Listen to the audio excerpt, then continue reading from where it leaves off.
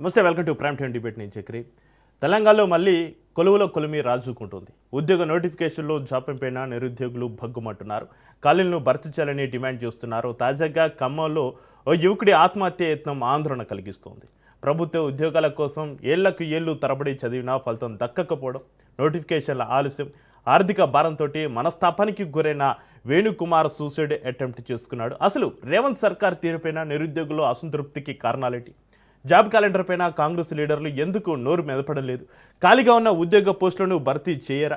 నిరుద్యోగ భృతి ఎప్పుడు ఇస్తారు? కొలువుల కొట్లాటపైన ఇవాళ special debate. Telangana deputy CM బట్టి విక్రమార్క సొంత నియోజకవర్గమైన మధ్యలో ఓ నిరుద్యోగ యువకుడు ఆత్మహత్యకు యత్నించిన ఘటన ఇప్పుడు కలకలం రేపింది.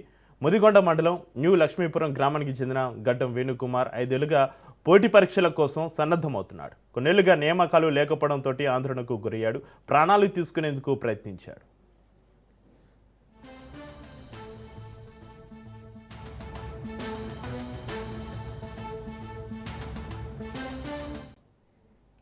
ఒక్క వేణు మాత్రమే కాదు, రాష్ట్రంలోని నిరుద్యోగులంతా కూడా రేవంత్ సర్కార్ పైన గుర్రుగానే ఉన్నారు.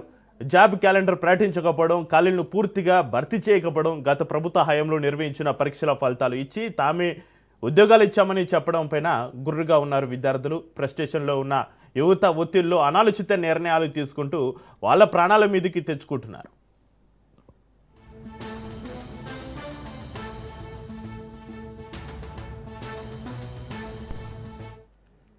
ఇటీవల 2026 ఫిబ్రవరి చివరి నాటికి 17,000కు పైగా ఖాళీగా ఉన్నట్లుగా హోంశాఖ రాష్ట్ర ప్రభుత్వానికి నివేదిక ఇచ్చింది. కానీ 7,437 పోలీసు ఉద్యోగాల భర్తీకి TSLPRB నోటిఫికేషన్ రిలీజ్ చేసి చేతులు దులుపుకుంది. Police, special protection force, fire and emergency, jail విభాగాలకు సంబంధించి 4 నోటిఫికేషన్లు ఇచ్చింది. ఇక జాబ్ నోటిఫికేషన్ వచ్చిందని సంబరపడాలో, పోస్టులు తక్కువగా ఉన్నాయని బాధపడాలో తెలియని పరిస్థితి నిరుద్యోగ అభివృద్ధుల్లో నెలకొన్నటువంటి పరిస్థితి. రేవంత్ పాలన 3 ఏళ్లు అవుతున్న ఉద్యోగాల భర్తీ విషయంలో అడుగులు ముందుకు పడలేదని ప్రతిపక్షాలు మండిపడుతున్నాయి.